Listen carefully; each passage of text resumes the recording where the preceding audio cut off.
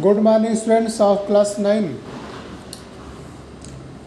Today I will teach you plasma membrane. What? Plasma membrane. This is very important organelle of the cell. So listen carefully and learn all facts. Okay. And so first of all I will explain plasma membrane part. तो plasma membrane जो होती है वो glycoprotein से बनी होती है। किससे? ग्लाइकोप्रोटीन। ग्लाइकोप्रोटीन का मतलब होता है ग्लूकोज और प्रोटीन, मतलब ऐसी प्रोटीन जिसको कंजुगेट प्रोटीन कहते हैं, जो प्रोटीन तो होती है, होने के साथ साथ ग्लूकोज से जुड़ जाती है, कंबाइंड होकर के एक तरह का कंपाउंड बना लेती है, उसको बोलते हैं ग्लाइकोप्रोटीन।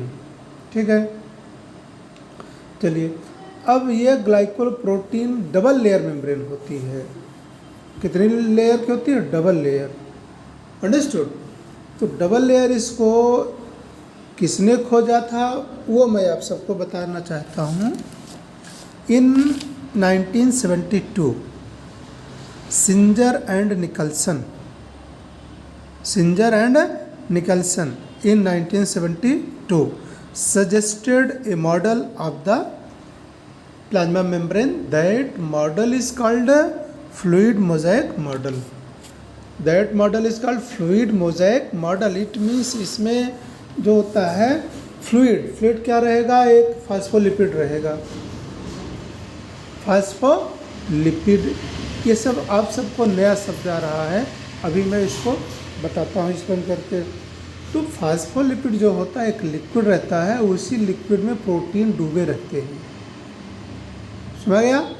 लिक्विड रहेगा फास्फोलिपिड और उसी में प्रोटीन के बंडल या प्रोटीन के क्यूब्स या प्रोटीन के पीसेस डूबे होते हैं। इसलिए इस मॉडल को फ्लूइड मोज़ाइक मॉडल बोला जाता है।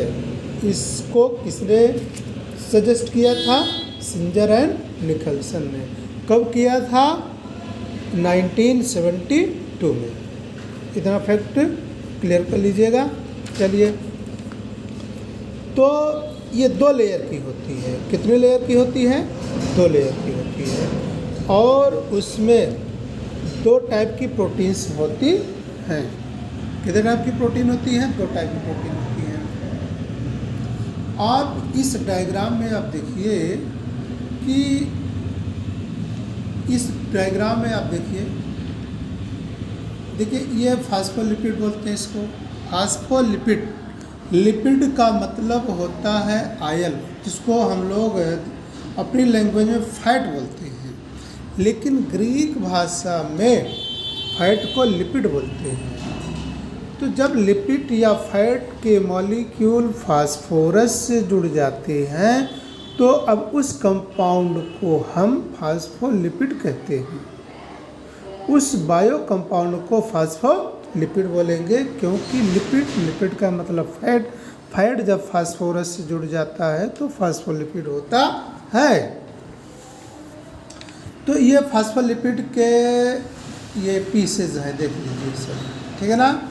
ये फास्फोलिपिड के पीसेज पूरा, इसको बोलेंगे हेड, इसको बोलेंगे टेल। तो हेड टेल ये हैं। ये लेयर 2 लेयर देखिए, ये फास्फोलिपिड है। अगर हम देखें तो देखिए ये सब फास्फोलिपिड के लेयर। कितने लेयर हैं फास्फोलिपिड के? 2 लेयर हैं। अब उसी 2 लेयर में देखिए बीच में प्रोटीन भी है। क्या है? प्रोटीन। बीच में क्या है? प्रोटीन है। कितने टाइप की प्रोटीन हमने बताया? 2 टाइप की प्रोटीन बताया। ठीक है ना? एक प्रोटीन तो ये है आपकी, ठीक है ना? इसको बोलते हैं इंटीग्रल प्रोटीन। क्या बोलेंगे? Integral protein. और एक दूसरी प्रोटीन ये होती है, इसको क्या बोलेंगे? Peripheral protein. समझ गया? तो इस मॉडल छोटा सा है। इसी तरह से जो लिपिड्स होते हैं ऐसे लगे होते हैं, लिपिड्स के बीच बीच में क्या लगा होता है? प्रोटीन। कितने टाइप के प्रोटीन? 2 type protein. दोनों टाइप प्रोटीन का नाम, एक होता है पेरिफेरल प्रोटीन, दूसरा इंटीग्रल प्रोटीन या इंट्रिंसिक प्रोटीन बोलते हैं। और कुछ ये कोलेस्ट्रॉल भी होते हैं। तो ये मॉडल है छोटा सा, जिसको सिंजर एंड निकलसन ने 1972 में प्रपोज किया था, और ये ज़्यादा अच्छा माना जाता है। और जो इलेक्ट्रॉन माइक्रोस्कोप से देखने पर लगभग इसी तरह का दिखता है। ओके, उसी प्रकार से अब आप देखिए इस डायग्राम में आप सब कैसा है। इस डायग्राम में देखिए, तो ये कार्बोहाइड्रेट चेन बोलते हैं, कार्बोहाइड्रेट लगा हुआ है, ठीक है ना। एंड कार्बोहाइड्रेट मतलब ग्लूकोज होता है। ये सरफेस प्रोटीन इसको बोलते हैं, ये सरफेस प्रोटीन है। अब देखिए इसमें से एक अलग से प्रोटीन आई है, चैनल प्रोटीन। ऐसे देखिए, ये चैनल प्रोटीन है, राइट। तो चैनल प्रोटीन का काम क्या है? चैनल प्रोटीन जो होती है रास्ता देती है, क्योंकि देखिए ये बाहर आउट ऑफ द सेल, ये इनसाइड द सेल है। तो सेल को ज़रूरत की चीज़ें अंदर आनी चाहिए, बेकार की चीज़ें बाहर जाना चाहिए। तो इसी चैनल के द्वारा आना जाना होता है। यही एक रास्ता है जिसमें से वे CO2 जो होगा वो बाहर हो जाएगा, इसके रास्ते से CO2 क्या हो जाएगा? बाहर हो जाएगा। अगर हम देखें, देखिए ये हमारा क्या हो जाएगा? CO2, ठीक। अब ये इस रास्ते से होकर बाहर हो जाएगा, ठीक है ना। चलिए, फिर उसके बाद अगर हमारा सेल के अंदर ऑक्सीजन की ज़रूरत अगर है, क्या ज़रूरत है? O2। अब ये O2 इसी रास्ते से अंदर आ जाएगा, ठीक है ना। यही एक रास्ता है। तो ये आपका प्लाज्मा मेम्ब्रेन हो जाता है। अब इसको अच्छे से आप पढ़ लीजिएगा, और इसका जो मॉडल है डायग्राम बना लीजिएगा, माइंड में रख लीजिएगा। डायग्राम की बहुत ज़रूरत रहती है, राइट। अब इसके बाद आता है इसका फंक्शन क्या होता है। पहला नंबर इसका फंक्शन ये है, इट बाइंड्स प्रोटोप्लाज्म या content of the cell. It binds content of the cell. Cell के सारे मटेरियल को ये बांध कर रखने का काम करता है, ठीक है। दूसरा फंक्शन है ट्रांसपोर्टेशन। प्लाज्मा मेम्ब्रेन जो होती है, ये इसको बोलते हैं selective permeable membrane. Selective permeable membrane, it means इसमें से केवल सेलेक्टिव मटेरियल ही जा सकते हैं, नॉन सेलेक्टेड मटेरियल अंदर नहीं जा सकते हैं, राइट। एग्जाम्पल के तौर पर अगर हम देखें, जैसे चीफ मिनिस्टर का गेट है। चीफ मिनिस्टर के गेट से उस पर बाहर से अंदर सब नहीं जा सकते हैं, केवल सिलेक्टेड अधिकारी ही जा सकते हैं। आम आदमी जाने लगेगा, उसे रोक देंगे, गेट बंद कर देंगे, उसको लौटा देंगे। उसी प्रकार से जो प्लाज्मा मेम्ब्रेन होती है वो बाय नेचर सेलेक्टिव परमिएबल होती है। इसमें से होकर के जो ज़रूरत की मटेरियल है वही जा सकते हैं अंदर। जैसे अंदर जाने के लिए ग्लूकोज जाएगा, क्या जाएगा? ग्लूकोज। अंदर जाना है सेल के अंदर तो क्या जाएगा? ग्लूकोज, क्योंकि उससे एनर्जी बनेगी। तो ये इसी रास्ते से ग्लूकोज बाहर निकल गया, राइट। फिर उसके बाद और क्या जाना चाहिए अंदर? ज़रूरत है ऑक्सीजन। ऑक्सीजन ने बताया था कि ऑक्सीजन ऐसे अंदर आएगा। चलिए, रास्ता बन गया, ठीक है। अब उसके बाद अगर जैसे अगर हम स्टार्च पास करना चाहें, क्या? स्टार्च बहुत बड़ा मॉलिक्यूल होता है, और ये लैब में मैं चेक करवाया था, खासकर जो क्लास 10 में जा चुके हैं। अब अब लोग मिलेंगे फिर, स्कूल कभी परमात्मा की कृपा से खुलेगा तो स्टार्च टेस्ट कराऊंगा। स्टार्च जो होता है इस माहौल से नहीं जा पा सकता है, नहीं जा पाएगा, क्योंकि स्टार्च का मॉलिक्यूल बड़ा होता है। तो ये स्टार्च के लिए अलाउ नहीं है, ये ग्लूकोज के लिए है, ऑक्सीजन के लिए है, वाटर के लिए है। जो ज़रूरत की चीज़ें हैं जिनको सेल के अंदर ज़रूरत होता है वही जा सकते हैं, बाकी मटेरियल नहीं जा सकते हैं। तो ये है function of the plasma membrane, ठीक है ना। तो ये फंक्शन है, हमने बता दिया इसका, बहुत उपयोगी चीज़ है। सिलेक्टिव परमिएबल होता है, ट्रांसपोर्टेशन होता है, इसी के द्वारा मटेरियल बाहर से अंदर या अंदर से बाहर किए जाते हैं। ओके, तो सेल प्लाज्मा मेम्ब्रेन के बाद अब हम एक चीज़ और आपको बताना चाहते हैं कि प्लांट सेल में, बैक्टीरियल सेल में एंड फंजाई के सेल में, green plants, algae, fungi, bacteria, इन सब सेल के चारों तरफ प्लाज्मा मेम्ब्रेन के बाहर, प्लाज्मा मेम्ब्रेन के बाहर एक थिक लेयर होती है।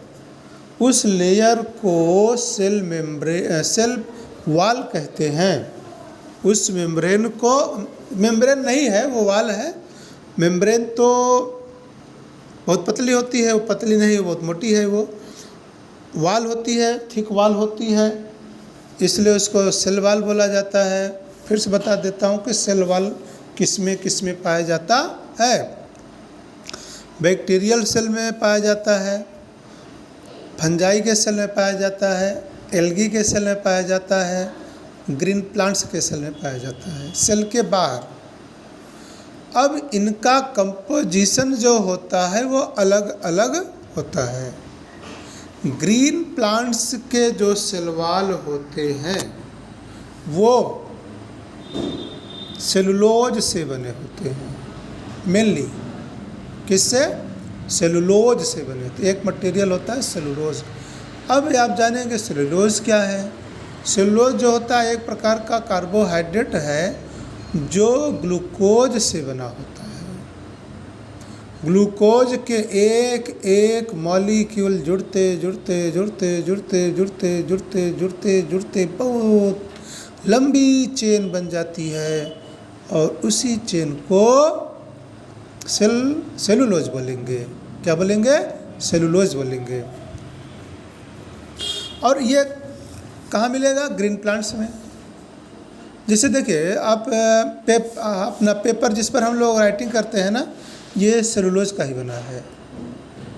जिस पर राइटिंग करते हैं ये क्या है? सेलुलोज है। सेलुलोज का एक वो होता है, पेस्ट होता है, और उसी पर हम लोग राइटिंग करते हैं।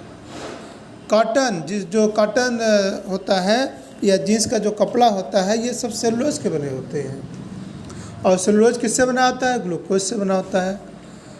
अब देखिए एक चीज़ और बताना चाहते हैं। अभी हमने बताया था स्टार्च। स्टार्च जो है वो भी ग्लूकोज से बना है, सेलुलोज भी ग्लूकोज से बना हुआ है। लेकिन स्टार्च हम लोग खाते हैं तो डाइजेस्ट हो जाता है। स्टार्च खाते हैं तो डाइजेस्ट हो जाता है, लेकिन सेलुलोज खाते हैं डाइजेस्ट नहीं होता है। पालक की पत्ती खाएंगे, पत्ता गोभी खाएंगे, हम लोग खाते हैं, उसका कंपोजिशन चेंज नहीं होता। जिस कंपोजिशन हमारे बॉडी में इन करता है उसी कंपोजिशन के साथ वो बाहर भी कर जाता है। तो डाइजेशन, क्योंकि सेलुलोज डाइजेस्ट करने के लिए हमारे बॉडी में पावर नहीं है, ऐसा कोई एंजाइम नहीं है कि जो सेलुलोज को डाइजेस्ट कर सके। ये सेलुलोज का डाइजेस्ट केवल हर्बीवोरस एनिमल्स करते हैं, बस उनके बॉडी में। ये सेलुलोज हो गया। सेलुलोज से सेल वॉल बनता है। तो सेल वॉल जो होता है थिक होती है, मजबूती प्रदान करता है, मतलब कि सेल को स्ट्रांग बनाता है, राइट। तो ये हमने आपको सेल के बारे में और प्लाज्मा मेम्ब्रेन के बारे में हमने एक्सप्लेन कर दिया है। अब आप सब इसको ध्यान से पढ़िएगा और लर्न करिएगा बुक को अपने साथ रखिएगा और इसके साथ साथ आप सब नोट्स बनाते चलिए, जितना हम समझा रहे हैं सिंपल लैंग्वेज में, ज़्यादा लंबा और लेंदी नहीं। जितनी चीज़ें हम दे रहे हैं उसको आप क्रम से मतलब नोट्स बनाना होगा और मैं चेक करूँगा, उसको बुलाऊँगा, मंगाऊँगा, स्कूल में चेक करूँगा नोट्स। और एक बार फिर मतलब सिंपल लैंग्वेज का इस्तेमाल करना होगा शॉर्ट में और मेन पॉइंट्स लिखना होगा। Okay, thank you very much, may God bless you. Tomorrow I will explain nucleus. Thank you very much. प्रभु कृपा हो आप सब पर।